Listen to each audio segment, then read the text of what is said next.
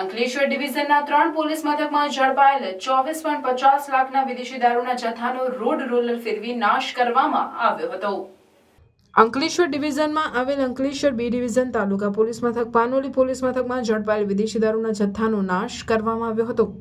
અંકલેશ્વર પ્રાંત અધિકારી ભવદીપસિંહ જાડેજા તેમજ પોલીસ અધિકારીઓની હાજરીમાં વિદેશી દારૂના જથ્થા પર રોડ રોલર ફેરવી દેવામાં આવ્યો હતો.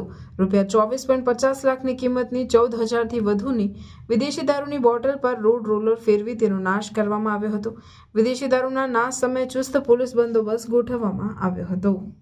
આજરોજ 31 ડિસેમ્બર 2024ના રોજ મહેરબાન કોર્ટના આદેશ અનુસાર અંકલેશ્વર સબ ડિવિઝનના 3 પોલીસ સ્ટેશનો Panoli police station, Ankleshwar B division અને અંકલેશ્વર ગ્રામ્ય પોલીસ સ્ટેશન, આ 3 પોલીસ સ્ટેશનોનો ટોટલ 24,50,000નો મુદ્દામાલ, જેમાં 14,000 જેટલી બોટલોનો સમાવેશ થાય છે, તેનો 3 પોલીસ ઇન્સ્પેક્ટરોની હાજરીમાં તથા ડીવાયએસપી શ્રી અંકલેશ્વરની હાજરીમાં નાશ કરવામાં આવે છે.